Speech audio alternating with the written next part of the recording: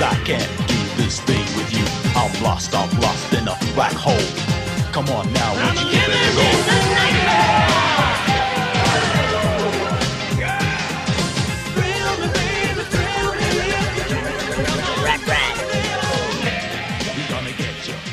Welcome to the Blagho of board games, a bleak, forgotten pit lost to memory from a time when family games came with a VHS tape. It is also my bedroom, which makes more and more sense the longer you think about it. Anyway, the first game I'd like to show you is probably familiar to a lot of you, in that you've seen it around in used bookstores, and it looked kinda cool, but you didn't have a VCR, so of course you never played it. Isaac Asimov's Robots! Now, I know what some of you are thinking. Oh, hell no. No, it might not be that bad. You're just saying that because it's a game on VHS and you don't even know who's in it or who's producing it, like Kodak. Well, they make cameras, so logically they can make movies, so shut up. Well, I mean, it's a good sign that Isaac Asimov himself endorses the game. Robots adds a new dimension to my novels. It's great fun. And the box says this is the only video game based on Isaac Asimov's robot novels. Video game! It's so hard for me to think of this as a video game, because, like, I guess technically it's a... whatever. Earth, the birthplace of man. It's hard to believe that we once lived unprotected on its surface, exposed like animals. Fortunately, we had the good sense to abandon our cities on the surface and move underground. We had no choice. There was no other way to escape the birdemic. Now we're safe. But there were some who took a different path, to find new homes out there, in the stars. Their descendants now live on the spacer planets, spoiled, self-centered, and wasteful. Without disease, free to pursue science and art, their every wish fulfilled. Isn't this the plot to Elysium? Yeah, there's the reference that'll never get dated. Their every wish fulfilled, and all because of the robots who serve them. Thousands of robots. Smart, strong, obedient. Robots who build more robots till they outnumber the spacers 100-fold. Robots who wait on them, who serve them, even pilot their ships. Oh my god, the 1960s Star Trek had better spaceship effects. Kodak, guys, I expected better from you. Well, we have robots too, but our little tin men are minor league compared to the spacer robots. Well, hey, they may look like crap, but they're just so friendly. Have a nice day. See, they even have unique identities thanks to custom software called Genuine People Personalities, so you can tell them apart. Please call me Sophia. I'm Jane. They're the perfect companions because they're always friendly and they live to serve you. That's why the marketing division of the Sirius Cybernetics Corporation calls Earth robots your plastic pal who's fun to be with. Your plastic pal who's fun to be with. Unfortunately, the marketing division of the Sirius Cybernetics Corporation was a bunch of mindless jerks who were first against the wall when the revolution came and went to space, and so none of the Earthers like robots. At all. In fact, robots piss Earthers right the hell off. To the lab. That's right. Would you Sophia please is shut very- up? Mr. Bailey! Oh man, oh no, dude, that was mean. Now look what you did. They've got feelings, you know? I don't know why we gave them feelings, but they've got them, so you apologize, mister. Oh, Jane, I'm sorry. I have no further questions for you. That's better. Anyway, yeah, the story's about a New York detective, Bailey, a soft-boiled cop who pretty much always plays by the rules, which is honestly kind of bad direction if you ask me. Earth's basically a toilet, according to this movie. Did you ever long for the good old days? Before the robots, before the spacers? When you could get real food, real music? Fresh air, sunshine. Don't be crude, Bailey. There's all sorts of crime and riots all over the place because the spacers are moving back and building an outpost on Earth again, and nobody on Earth likes that. Riots against spacers and robots flared up in 5 locations around the city this week. The most violent demonstrations were at the Transrail plant in Brooklyn. Okay, wow, thanks for the giant text crawl taking up the entire lower third of the screen, Galaxy News. I think I know what fucking channel I'm watching by now. The constantly eating police commissioner on the fast track to a heart attack here tells Bailey the spacers want to improve relations, and more likely spy on Earth, so they're sending a spacer to join the police force. A spacer in the city? They're petrified of catching Earth germs. Not this one. He's a robot. What? Exactly. Isaac Asimov, pioneer in science fiction, and the buddy cop movie. So Bailey has to go to the spacer outpost to meet his partner, who turns out to be Kirk Cameron? I am Daniel Oliver. I am a new humanoid robot developed by Dr. Fastoff himself. Oh, what the fuck? He made a replicant? Are you out of your damn mind? This is absurd. For a robot you can't tell from a man? What's the point? Yeah, exactly. They're fucking impossible to find, especially when you familiarize them with police procedures. Let me tell you about my mother. Bailey, shoot it in the head before it's too late. Use this, okay? It's not murder, it's called retirement. I am a new humanoid robot developed by Dr. Fastoff himself. You seem doubtful. Perhaps I can convince you this way.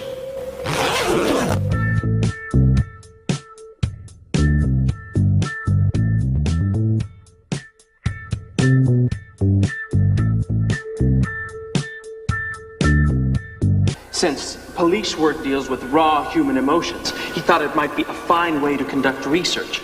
Okay, I have to call bullshit on this guy, because if it's a straight man who creates the first perfect robot-human duplicate, it's gonna be a woman, because I guarantee you the first thing he plans to do with it is have sex with it.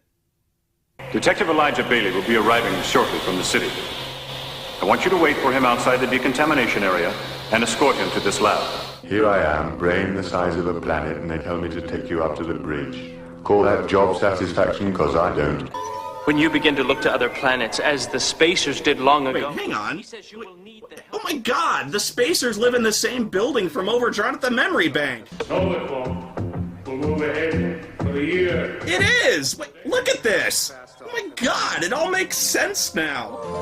Well, it doesn't, but what the fuck? I'm not making this up! Friend Daniel, someone has made an attempt on the life of Dr. Fastoff. What happened here, Doctor? You needn't concern yourself. I doubt attempted murder would hold much interest for you anyway, Detective. Now, come take a look at this cool robot. Please, replay the murder attempt. Help me, Obi-Wan Kenobi. You're my only hope.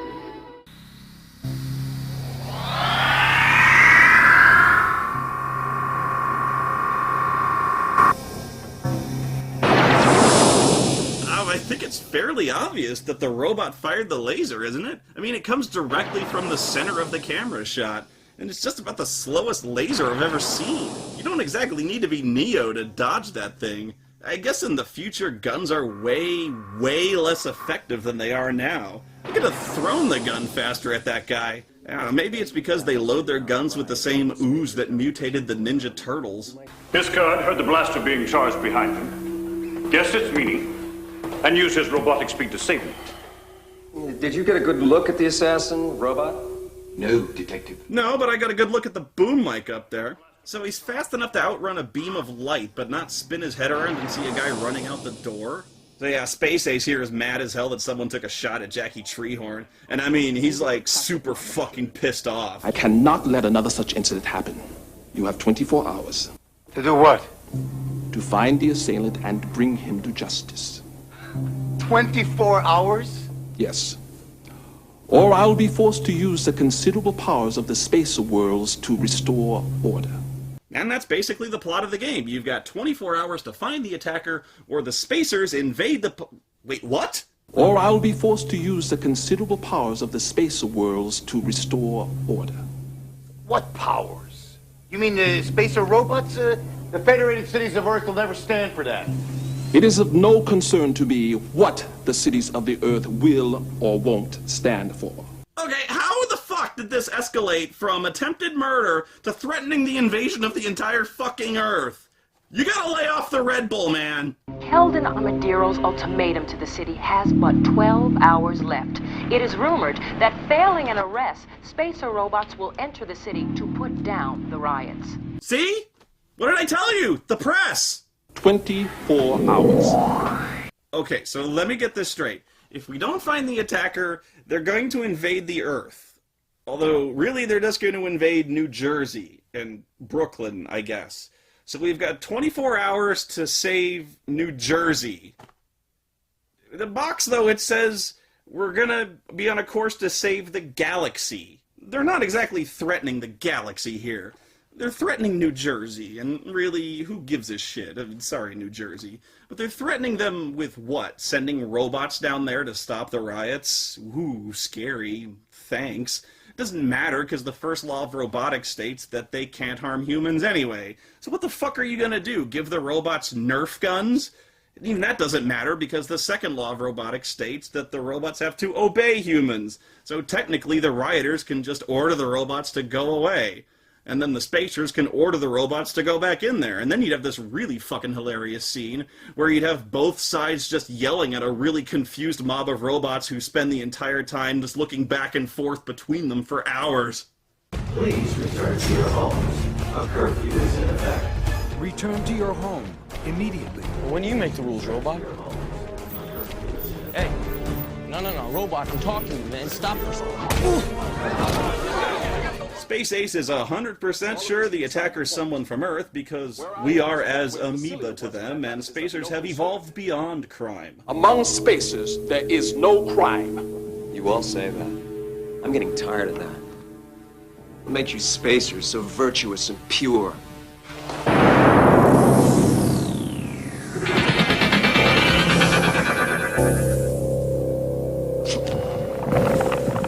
You are not hurt, Detective Bailey. There is no crime in our utopia, Detective Bailey. Now think fast, shithead! Now go catch that assassin, or we're going to exterminate you like cockroaches. Be well, share, and enjoy. The assassin knocked over a vial of activated iridium while escaping. I've never seen a murder mystery game where technically you're solving an attempted murder. Anyway, from here, Bailey goes around interviewing everyone who had access to the lab, mainly people involved with the Doctor in designing robots. Central. What's iridium? What's a paladin? Since Dr. Amadiro has ordered our cooperation, I guess I have no choice. Make this brief, Earthman.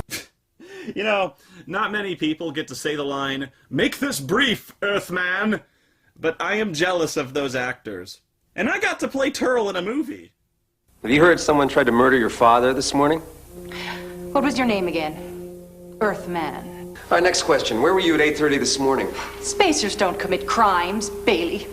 Look, Bailey, I was here in my office all morning. Now back off. Women act like that around me all the time. You get used to it. Why don't you ask him?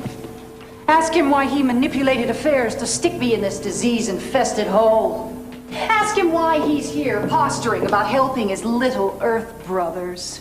Ask him why he's such a hypocrite. Ask him why I have a shitload of unlabeled beakers full of brightly colored water all over my shelves. It's because I design robots with science. Danielle, let me ask you a question. And now don't be offended. Can you conceive of any circumstances which might lead a robot to break that first law? I did not murder him! No. A robot may not harm a human being. May not harm a human being. That's correct, Elijah. Can't you just order the robots to tell you if they fired the gun? I mean, they have to answer you. Sammy! Sammy's got a vacuum attachment hooked up to his ass. You know, it's actually a very common feature, but the Series 4000 Mechanoid included a lot more accessories. Oh yes, I can plug a number of add-ons into my groinal socket, allowing me to perform virtually any household task imaginable. But seriously, part of what makes Isaac Asimov a genius is that he takes a seemingly foolproof system like the 3 laws of robotics, in which robots are clearly forbidden from harming humans, and then suggests that maybe it's possible. But how? Because it's not possible, isn't it? You do a good job at perceiving the Commissioner's feelings, Sammy. Sophia doesn't like the new humanoid robot. He makes her feel badly about her robot designs. All robots make Commissioner Enderby feel badly. Except me, of course. I'm glad that you don't make the Commissioner feel badly, Sammy.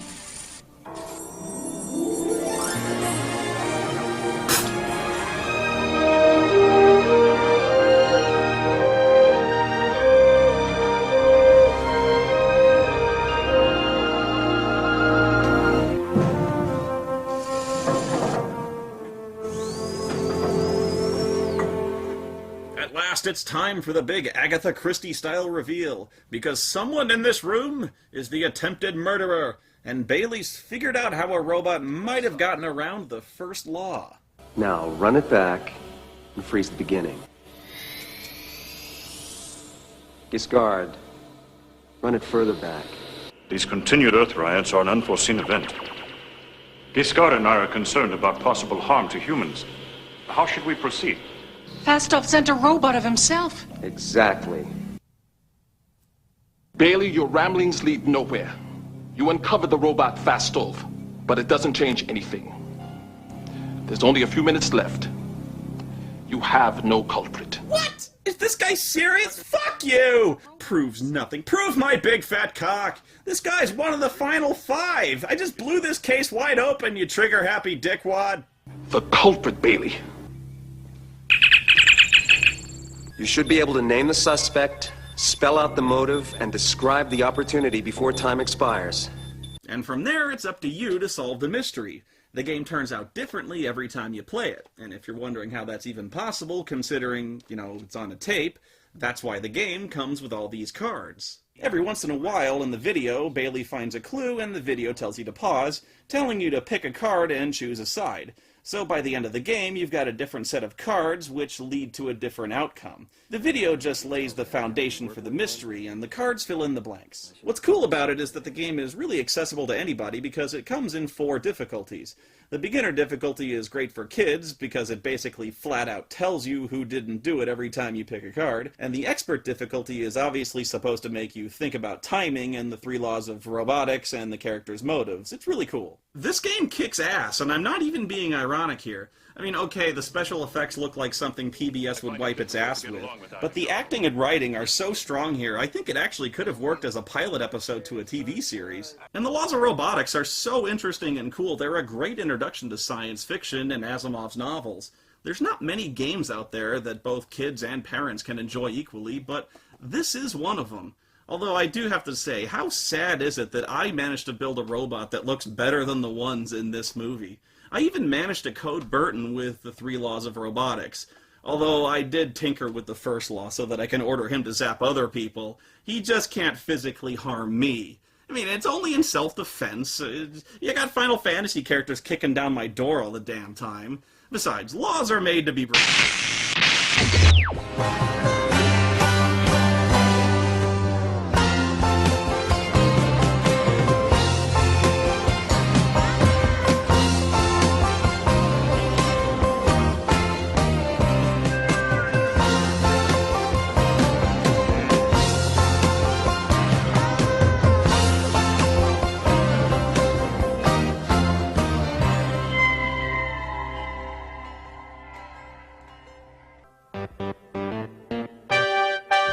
Share and enjoy, journey through life with a plastic boy or girl by your side. Let your pal be your guide, and when it breaks down or starts to annoy, or grinds when it moves and gives you no joy, cause it's eaten your hat or had sex with your cat, let oil on your wall or ripped off your door, and you get to the point you can't stand anymore.